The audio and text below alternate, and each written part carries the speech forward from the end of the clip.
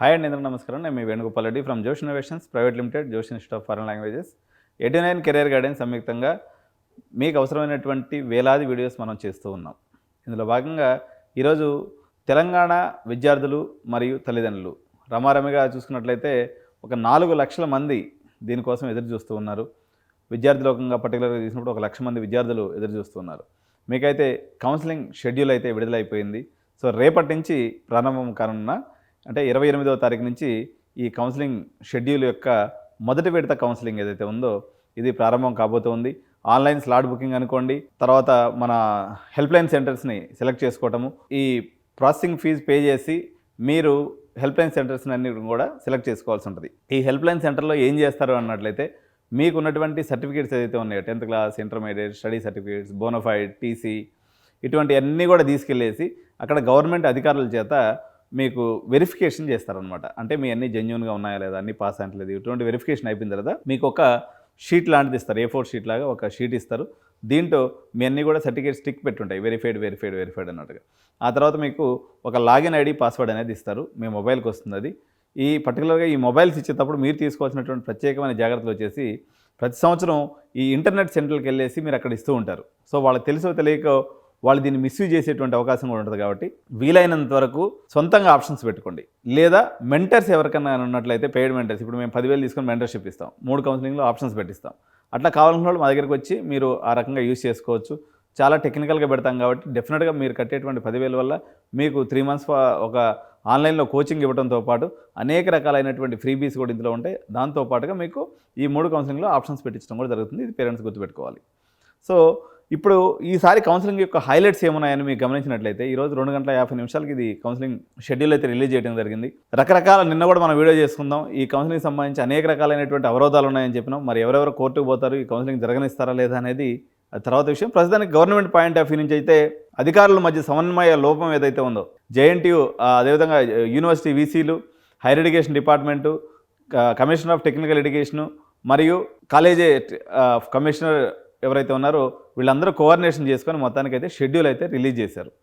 దీంట్లో హైలైట్స్ ఏమున్నాయన్నట్లయితే గత సంవత్సరం లాగే సేమ్ యాజ్ ఇట్ ఈజ్ ఉంది. First phase counselling, second phase counselling, third phase counselling మరియు ఇంటర్నల్ స్లైడింగ్. యాడ్ అయినటువంటి కొత్త పాయింట్ ఏదైనా ఉందంటే అది మాక్ కౌన్సిలింగ్ అనేది ఒకటి యాడ్ అయిపోయింది. ఒకసారి డేట్స్ మనం చూసుకోండి. సో సర్టిఫికేట్ వెరిఫికేషన్ ఎప్పటి నుంచి, ఫస్ట్ ఫేజ్ కానీ మనం తీసుకున్నప్పుడు 28వ తారీఖు నుంచి 7వ తారీఖు దాకా ఉందండి.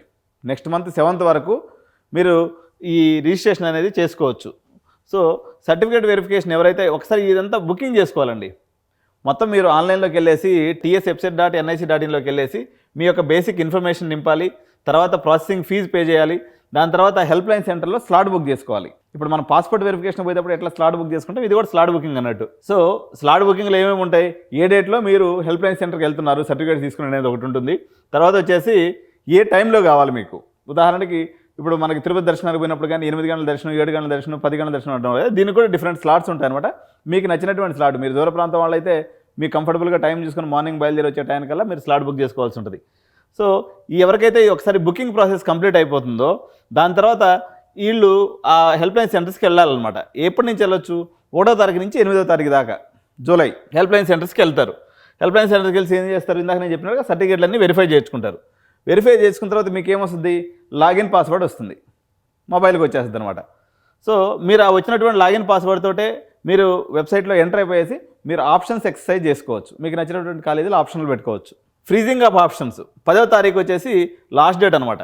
నెక్స్ట్ మంత్ 10వ తారీఖు కల్లా అందరూ ఆప్షన్స్ కంప్లీట్ చేసుకున్నట్టయితే 10వ తారీఖు ఫ్రీజ్ చేస్తారు. తర్వాత ఇక్కడ 13వ తారీఖు, this is the new thing. ఇంతవరకు తెలంగాణ హిస్టరీలో కానీ లేకపోతే ఆంధ్రప్రదేశ్ హిస్టరీలో కానీ display of mark seat allotment on are before. 13వ తారీఖు మీకు టెంటేటివ్గా మీరు పెట్టుకున్నటువంటి ఆప్షన్స్కి ఏ కాలేజీలో సీట్ వచ్చిందనేది చెప్తారు. దాన్ని బట్టి మీరు ఏదైనా తప్పులు చేస్తున్నట్లయితే మళ్ళీ దాన్ని సరిదిద్దుకోవచ్చు. ఇక్కడ చూడండి 6th పాయింట్లో modification of options if required, otherwise options exercised for the mark allotment shall be considered for first phase allotment అన్నాడు. అంటే మీరు మార్క్లో వచ్చినటువంటి సీటు మీకు సమ్మతమే అనుకోండి, మీరు మళ్ళీ ఆప్షన్స్ పోయి చెదరగొట్టద్దు. మీకు వచ్చినటువంటి కాలేజీ సమ్మతం కాదు అనుకున్నట్లయితే మళ్ళీ మీరు 14వ తారీఖు నుంచి 15వ తారీఖు వరకు 2 రోజుల పాటు మీరు చేసినటువంటి ఆప్షన్ ఎక్సర్సైజ్ని మళ్ళీ మార్చుకోవచ్చు. మీరు మార్చుకున్నటువంటి ఒకవేళ మీకు సపోజ్ మొదటి దాంట్లో వచ్చేసి గోకరాజ్ కాలేజ్ వచ్చింది, మీరు వచ్చినటువంటి ఆప్షన్స్ అన్నీ చెదరగొట్టేసి ఏదో మళ్ళీ తర్వాత కాలేజీలో CMR వచ్చింది అనుకుందాం, అయ్యో నేను గోగరాజ్ ఆప్షన్స్ ఉన్నాయా నాకు అవి ఉన్నాయి అనుకునేదానికి లేదు అట్లా. మీరు ఒకసారి ఆప్షన్స్ మాడిఫై చేస్తారంటే మీరు మాడిఫై చేసినటువంటి ఆప్షన్స్ ప్రకారమే మీకు సీట్ అలాట్మెంట్ అనేది అవుతుంది. సో 15వ తారీఖు తర్వాత మీకు ఫ్రీజ్ అయిపోద్ది, ఇంక మళ్ళీ మీరు ఆప్షన్స్ చేంజ్ చేయడానికి ఉండదు. ప్రొవిజనల్ అలాట్మెంట్స్ ఆఫ్ సీటు 18వ తారీఖు మీ మొబైల్కి సంక్షిప్త సందేశం లేకపోతే మెసేజ్ అనేది వస్తుంది, మీకు ఏ కాలేజీలో సీట్ అలాట్ అయింది అనేసి. ఓకే, అలాట్ అయిపోయింది, కంగ్రాచులేషన్స్, అందరికీ వచ్చేసింది సీటు. దాని తర్వాత ఏం చేయాలా, మళ్ళీ వెబ్సైట్లోకి పోవాలా. అక్కడ మీరు సపోజ్ సిఎంఆర్ కాలేజ్ వచ్చింది అనుకుందాం, లేకపోతే గీతాంజలి కాలేజ్ వచ్చింది అనుకుందాం. గీతాంజలి కాలేజ్ సీట్ వచ్చినట్లయితే మీరు గీతాంజలి కాలేజ్ ఫీజు ఎంత ఉందో చూసుకొని, మీకు రీయింబర్స్మెంట్ క్యాండిడేట్స్ అనుకోండి 35,000 ఫీజు రీయింబర్స్మెంట్ పోను, రిమైనింగ్ డబ్బుల్ని నెట్ బ్యాంకింగ్ ద్వారా కానీ, లేకపోతే మీ యొక్క ఏటీఎం కార్డు, డెబిట్ కార్డు ద్వారా కానీ, క్రెడిట్ కార్డు ద్వారా కానీ ఆన్లైన్లో మీరు పే చేసుకోవాలి. కాబట్టి మీరు తగినంత బ్యాలెన్స్ని కార్డులో కానీ లేకపోతే బ్యాంకులో కానీ పెట్టుకోవాలి. చాలా సందర్భాల్లో ఇక్కడ ప్రాబ్లం ఏమొస్తుందంటే, మీరు యూపీఐ అని పెట్టుకుంటారు. యూపీఐ లిమిట్ 25,000, 50,000, ₹1,00,000 ఉంటుంది. సపోజ్ ఆ కాలేజ్ ఫీజు 1,50,000 ఉంది అనుకోండి, యూపీఐ ద్వారా పే చేద్దామని మీరు గమ్మగా ఉంటారు. లాస్ట్ డేట్ వచ్చేసరికి మీ యూపీఐ పనిచేయదు, ఆ రోజుకి మీ సీట్ క్యాన్సిల్ అయిపోతుంది. కాబట్టి మీరు తగినటువంటి రొక్కము లేకపోతే మనీని మీరు జాగ్రత్తగా భద్రపరచుకోండి. అదేవిధంగా మీ డెబిట్ కార్డ్ లేకపోతే క్రెడిట్ కార్డ్ లేదా నెట్ బ్యాంకింగ్, ఓఆర్ఆర్, ఈ మూడైతే పెట్టుకోండి. ఎప్పుడు యూపీఐ అని నమ్ముకోవద్దు ఈ విషయంలో. కాబట్టి ఇక్కడతో మొదటి ఫేజ్ యొక్క కంప్లీట్ అయిపోయింది. మరి తర్వాత రెండవ ఫేజ్ 25/7 తారీఖు, అంటే ఎన్ని రోజులు గ్యాప్ వచ్చింది, రిపోర్టింగ్ అయిపోయిన తర్వాత మళ్ళీ 3 రోజులు గ్యాప్ ఇచ్చి రెండో ఫేజ్ కౌన్సిలింగ్ పెట్టారు. జూలై 27వ తారీఖు స్టార్ట్ అయ్యేటువంటి రెండో ఫేజ్ కౌన్సిలింగ్ మళ్ళీ సేమ్ ప్రాసెస్ ఉంటుంది అనమాట. సో మొదటి ఫేజ్ కౌన్సిలింగ్లో ఎవరైతే మీరు అసలు సర్టిఫికేట్ వెరిఫికేషన్ చేయించుకోరో, రెండో ఫేజ్ కౌన్సిలింగ్లో కూడా సర్టిఫికేట్ వెరిఫికేషన్ చేయించుకోవచ్చు. ఇక్కడ అందుకు మీకు అనుమానం రావచ్చు, సరే నేను ఇప్పుడు మంచిగా కులు మనాలి టూర్కి పోయేసి వస్తాను, సెకండ్ ఫేజ్లో వచ్చి వెరిఫికేషన్ చేయించుకుంటానని చెప్పేసి మీకు ఐడియా రావచ్చు. మీరు కులు మనాలికి పోయే లోపల సినిమా హాల్ నిండిపోయినట్టు కాలేజ్ అంతా నిండిపోతుంది, మీకు అన్ని ఫుల్ సీట్లు కనిపిస్తాయి. కాబట్టి మీరు కొత్త సినిమా హాల్ ఎదుర్కోవాల్సి వస్తుంది, కానీ పాత సినిమా హాల్ అంతా కూడా నిండిపోయి ఉంటాయి. కాబట్టి మీరు అలాంటి పనులు చేయొద్దు. ఫస్ట్ ఫేజ్ కౌన్సిలింగ్లోనే వెరిఫికేషన్ చేయించుకోండి. ఫస్ట్ ఫేజ్లో ఒకసారి సీట్లు నిండిపోయినాయంటే వాడు కట్చీప్ వేసేసుకున్నాడని, ఆ వేసేసుకున్న కట్చీప్లో నుంచి మీకు వాడు మరీ అక్కడి నుంచి లేచిపోతే తప్ప మీకు సీటు దొరకదని అర్థం అనమాట. కాబట్టి అన్నిటికన్నా ముఖ్యమైనటువంటి ఫేజ్ కౌన్సిలింగ్ ఏంటి అంటే ఫస్ట్ ఫేజ్ కౌన్సిలింగ్. మనం ముందుగా పోయి కట్చీప్ వేసేసుకుంటే ఇంకెవరు కూడా దాన్ని లేపలేరు. వాళ్ళు ఎప్పుడు లేపగలరు, మీరు ఏదైనా తురిపి పని చేసేసి అక్కడి నుంచి ఊరికి అట్ట పోయి బయటికి చూద్దామని చెప్పేసి కొత్త ఆప్షన్స్ పెట్టుకున్నారనుకోండి, మీరు లేచి వెళ్ళిపోయినట్లు లెక్క, మళ్ళీ వేరే వాళ్ళు వచ్చి కూర్చుంటారు. కాబట్టి ఫస్ట్ ఫేజ్ కౌన్సిలింగ్ అనేది వెరీ వెరీ ఇంపార్టెంట్ కౌన్సిలింగ్. చాలా జాగ్రత్తగా ఆప్షన్స్ పెట్టుకోవాలి. ఫస్ట్ ఫేజ్లో సీట్ అలాట్ అయిపోయింది అనుకున్నట్లయితే సార్ మేము సెకండ్ ఫేజ్కి పోవచ్చా, ఓకే ఫస్ట్ ఫేజ్లో మీకు గీతాంజలి కాలేజ్ వచ్చింది లేకపోతే గోకరాజ్ కాలేజ్ వచ్చేసింది అనుకుందాం, మీరు నెక్స్ట్ లెవెల్ కాలేజెస్ని అప్గ్రేడ్ చేసుకోవచ్చు. ఎట్లాంటి కాలేజీలు అప్గ్రేడ్ చేసుకోవచ్చు, మీరు గీతాంజలి వచ్చిందంటే మీరు సిబిఆర్ కాలేజ్ పెట్టుకోవచ్చు, లేదంటే మళ్ళీ వాసవి కాలేజ్ పెట్టుకోవచ్చు, ఎంజేడి కాలేజ్ వచ్చు. ఆల్రెడీ మీకు గోకరాజ్ వచ్చిన తర్వాత మళ్ళీ పోయేసి మీరు టీకేఆర్ కాలేజ్ పెట్టుకున్నారనుకోండి, ఎగ్జాంపుల్ పప్పులో బుడదగుంటలో కాలేసినట్టే లెక్క అనమాట. ఎందుకు మీకు తెలిసి చేయరు అనమాట. ఆల్రెడీ మంచి కాలేజ్ వచ్చి ఉంటుంది. మీకు మంచి కాలేజ్ వచ్చినప్పుడు దానిపైన గోకరాజ్ పైన ఏమేమి ఉంటాయి, విఎన్ఆర్ కాలేజ్ ఉంటుంది, వాసవి కాలేజ్ ఉంటుంది, సిబిఐటి కాలేజ్ ఉంటుంది, జేఎన్టీయూ కాలేజ్ ఉంటుంది, Osmania college of engineering college ఉంటుంది. వీటికి అప్గ్రేడ్ చేసుకునే దానికి ఆప్షన్స్ పెట్టుకోవాలి తప్ప మీరు చేయి ఖాళీగా ఉంది కదా అని చెప్పేసి ఏదో ఒక ఆప్షన్ పెట్టేసుకుంటే అది సీటు ఎగిరిపోతుంది. ఒకసారి ఫస్ట్ ఫేజ్ కౌన్సిలింగ్లో మీకు సీట్ అలాట్ అయిన తర్వాత మీరు కానీ తులిప్పని చేసి మళ్ళీ సెకండ్ కౌన్సిలింగ్లో చిన్న కాలేజ్ ఆప్షన్స్ కానీ పెట్టుకున్నట్లయితే, లేదా ఏ ఇంటర్నెట్ సెంటర్ కానీ ఇచ్చినట్లయితే వాడికి ఎక్కడ పైసలు వచ్చే కాలేజీలో వాడు పెట్టేసుకుంటాడు. మీ సీటు ఒకరా సీట్ ఎగిరిపోతుంది. ఎగిరిపోయిన తర్వాత ఆ సీటుని మీరు క్లెయిమ్ చేసుకునే దానికి అధికారం ఉండదు. ఎందుకంటే ఆ సీట్లో వేరే వాళ్ళు వెళ్ళి కూర్చుంటారు, మీకు అవకాశం ఉండదు అనమాట. కాబట్టి ఫస్ట్ ఫేజ్ కౌన్సిలింగ్లో అందుకని నచ్చే కాలేజీనే పెట్టుకోండి. ఏదో సీటు కొట్టేయాలని కాదని కొట్టుకొని, ఇప్పుడు సపోజ్ ఎగ్జాంపుల్ మీకు ఫస్ట్ ఫేజ్ కౌన్సిలింగ్లో ఒక కాలేజ్ సీట్ వచ్చిందండి, ఒక ఆప్షన్స్ పెట్టుకున్నారు. మీరు చేరే ఉద్దేశం లేనటువంటి, మీకు నచ్చే అవకాశం లేనటువంటి కాలేజీలని మీరు అసలు ఆప్షనే పెట్టుకోవద్దు. మీరు టాప్ 10 కాలేజీలో చేరదలుచుకున్నారనుకోండి, అంతవరకు పెట్టుకొని వదిలేసేయండి. లేదా మీరు టాప్ 20 కాలేజీల వరకు పెట్టదలుచుకున్నారు, అంతవరకు పెట్టి వదిలేయండి. మీరు పోయేసి టాప్ 50 కాలేజీలో 60 కాలేజీలు పెట్టి మీరు ఆ కాలేజీకి పోకుండా ఉంటే ఎందుకు, మీకు నష్టం కదా, వేస్ట్ కదా, అది ఇంకొకరికి వస్తుంది సీటు. కాబట్టి మీరు అన్నీ ఆలోచన చేసుకొని బడ్జెట్ కన్స్ట్రైన్ చేసుకొని ఆల్రెడీ మేనేజ్మెంట్ సీట్లు తీసుకొని ఉంటారు చాలా కాలేజీలో. దాదాపు ఇప్పుడు 10,000 మంది పిల్లలు కౌన్సిలింగ్లో సీట్స్ తీసుకున్నారు. మీరు వందలాది ఆప్షన్స్ పెట్టే అవసరం లేదు. మీకు ఏదైతే మీకన్నా ఇప్పుడు సపోజ్ మీరు మల్లారెడ్డి యూనివర్సిటీలో సీట్ తీసుకున్నారు, లేదా శ్రీనిధి యూనివర్సిటీలో సీట్ తీసుకున్నారు, అంతకన్నా మెరుగైన ఆప్షన్స్ వస్తాయనుకుంటే మీరు ఆప్షన్స్ ఎక్సైజ్ చేసి టాప్ 10 కాలేజీలు పెట్టి వదిలేయండి తప్ప ఉన్న కాలేజీలన్నీ లిస్ట్ పెట్టుకుంటే రావకూడదు, అట్లా చేయకూడదు అనమాట. సరే, సెకండ్ ఫేజ్ కౌన్సిలింగ్ 25వ తారీఖు మొదలైతే మళ్ళీ సర్టిఫికేట్ వెరిఫికేషను 26వ తారీఖు చేసుకోవచ్చు. ఒకరోజే ఇచ్చారు టైం. తర్వాత ఎప్పుడైనా సరే ఫస్ట్ ఫేజ్ కౌన్సిలింగ్లో పెట్టినటువంటి ఆప్షన్స్ సెకండ్ ఫేజ్ కౌన్సిలింగ్కి క్యారీ అవ్వవు. సెకండ్ ఫేజ్లో మళ్ళీ ఫ్రెష్ అంటే కొత్తగా మనం ఆప్షన్స్ పెట్టుకోవాల్సి వస్తుంది. తప్పనిసరిగా మళ్ళీ కూడా మనం ఆప్షన్స్ అన్నీ కూడా ఎక్సర్సైజ్ చేసుకోవాలి. ఈ వీడియోని ఎట్లా చేస్తారంటే మీరు ఆపి ఎక్కడైతే మీకు అవసరం ఉందో పాయింట్ వైజ్గా చూసుకోండి. కన్సల్టేట్గా చెప్తున్నాను నేను. సో 26వ తారీఖుల్లో మళ్ళీ కొత్తగా ఎక్సర్సైజ్ చేసినటువంటి దాంట్లో ఆప్షన్స్ కొత్తగా ఎటువంటి రకమైన ఎక్సర్సైజ్ చేయాలి మీకు ఇందాకే చెప్పిన. మీకు సపోజ్ ఆల్రెడీ కొంపల్బెల్లిలో మీరు చదవాలనుకుంటున్నారు, లేకపోతే ఏ సెంట్ పీటర్స్ కాలేజే వచ్చింది, మీరు సిఎంఆర్కి పోవాలనుకున్నారు. ఓన్లీ సిఎంఆర్, ఎంఎల్ఆర్ఐటి, ఐఆర్ఈ, మళ్ళీ బీవీఆర్ఐటి, గోకరాజు అట్లా పైన ఉన్నటువంటి ఆప్షన్స్ పెట్టుకోవాలి తప్ప మీరు ఆల్రెడీ సెంట్ పీటర్స్ కాలేజ్ వచ్చిన తర్వాత మళ్ళీ ఇబ్రహీంపట్నంలోనో లేకపోతే గట్కేశ్వర్లోనో ఉన్నటువంటి మరో కాలేజీకి పోవాలనే ఆప్షన్స్ పెడితే మీకు ఉన్న సీట్ ఎగిరిపోతుంది, మీరు సీటు పోయి అక్కడ పడిపోద్ది. ఇది గుర్తుపెట్టుకోవాలి. కాబట్టి ఎప్పుడైనా మనకు వచ్చిన దానికన్నా బెటర్ ఆప్షన్ పెంచుకునే దానికి మనం ప్రయత్నం చేయాలి. సో ఫ్రీజింగ్ ఆఫ్ ఆప్షన్స్ 27వ తారీఖు నుంచి ఉంటుంది. 30వ తారీఖు జూలై 30వ తారీఖు సెకండ్ ఫేజ్ అలాట్మెంట్ జరుగుతుంది. సేమ్ మళ్ళీ అదే ప్రాసెస్. 31 తారీఖుల్లో మళ్ళీ వెబ్సైట్ ఓపెన్ చేయాలా, మళ్ళీ ఫీజు ఏదైతే కొత్త కాలేజ్ అలాట్ అవుతుందో మీకు ఆ కాలేజీలో ఫీజు కట్టుకోవాలి. సరే మరి పాత కాలేజీ కట్టిన ఫీజు ఏమవుతుంది, ఇక్కడికి వచ్చేస్తుంది. సపోజ్ ఒక కాలేజీకి ₹1,00,000 ఉందండి. ₹1,00,000 మీకు 35,000 పోను 65,000 కట్టారు లాస్ట్ టైము.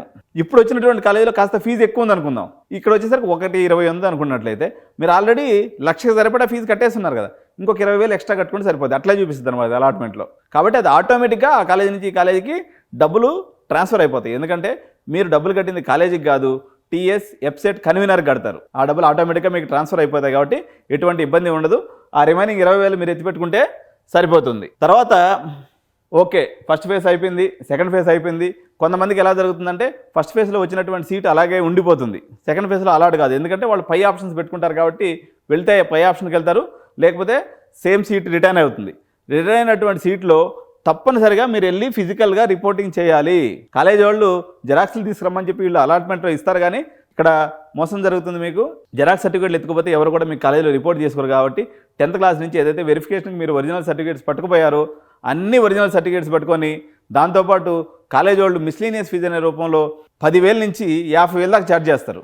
ఈ పైసలన్నీ చేతిలో పెట్టుకొని క్యాష్ రూపంలో ఎత్తుకుపోయి కాలేజీకి పెడితే అప్పుడు ఆయన ఏం చేస్తాడు, updating candidate joining details by college 3వ తారీఖు దాకా చూసుకొని 3వ తారీఖు సాయంత్రం 5 గంటల లోపల గవర్నమెంట్ ఆఫ్ తెలంగాణకి లేదా హైయర్ ఎడ్యుకేషన్ కౌన్సిల్కి అయ్యా నా దగ్గర ఇదిగో 100 మంది సీట్లు ఉన్నట్టయితే ఈ 90 మంది వచ్చారు, ఈ 10 సీట్లు మిగిలిపోయినటువంటి సమాచారాన్ని తెలంగాణ ప్రభుత్వానికి తెలియజేస్తాడు. ఇక్కడ చూడండి, నోట్ ఏంటంటే సెకండ్ ఫేజ్ తర్వాత కంపల్సరీగా కాలేజీకి వెళ్ళాలి. ఇక్కడ జెరాక్స్ కాపీస్ అన్నారు, ఒరిజినల్ టీసీ అన్నారు, కానీ కాలేజీలో అయితే మొత్తం సర్టిఫికేట్లు తీసుకుంటారు. ఇదైతే నిజం, ఇది ఒకటే అబద్ధం.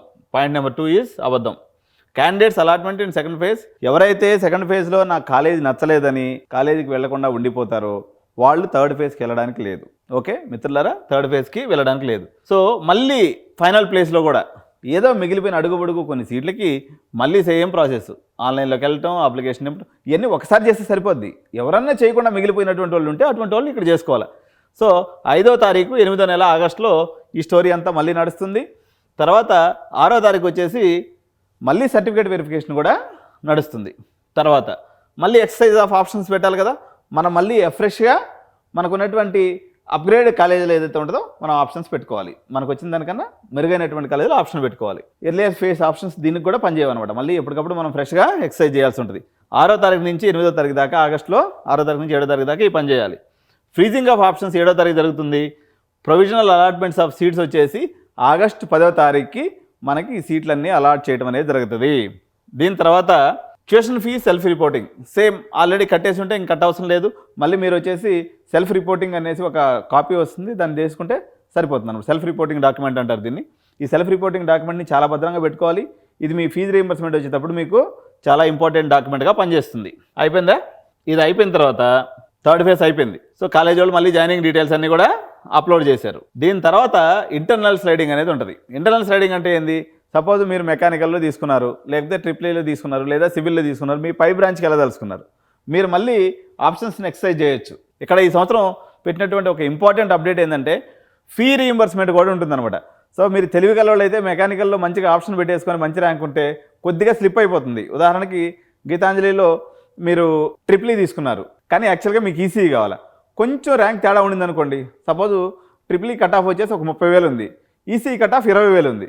అటువంటిప్పుడు మీరు ట్రిపుల్లో పెట్టుకునేసి కొంచెం అట్టగానే ట్రై చేసుకున్నట్లయితే ఇంటర్నల్ స్లైడింగ్లో మీకు ఈసీ వచ్చేటువంటి అవకాశం ఉంటుంది. సో ఈ సంవత్సరం తెలంగాణ గవర్నమెంట్ తీసుకున్నటువంటి మరో నిర్ణయం ఏంటంటే ఎవరైతే ఈ బ్రాంచ్లు కింద బ్రాంచ్ల నుంచి పై బ్రాంచ్లకు పోతారో వాళ్ళందరికీ కూడా ఫీజు రీయింబర్స్మెంట్ కూడా వర్తిస్తుంది.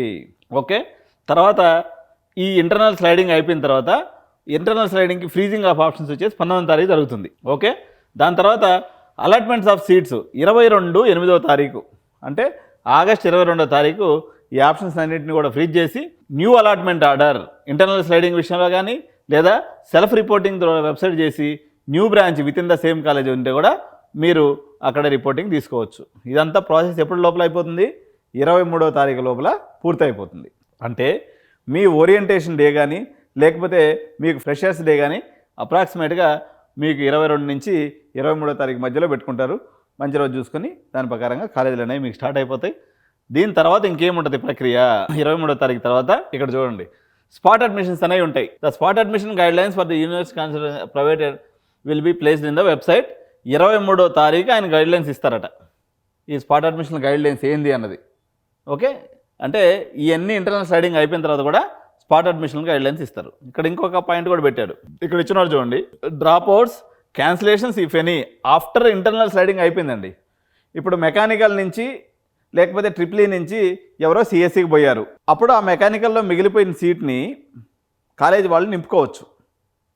కానీ ఇంటర్నల్ స్లైడింగ్ పూర్తయిపోయి అలాట్మెంట్ పూర్తయిపోయింది. అప్పుడు ఆ మెకానికల్లోనో సిఎస్సిలోనో ఒక డ్రాప్ పడింది.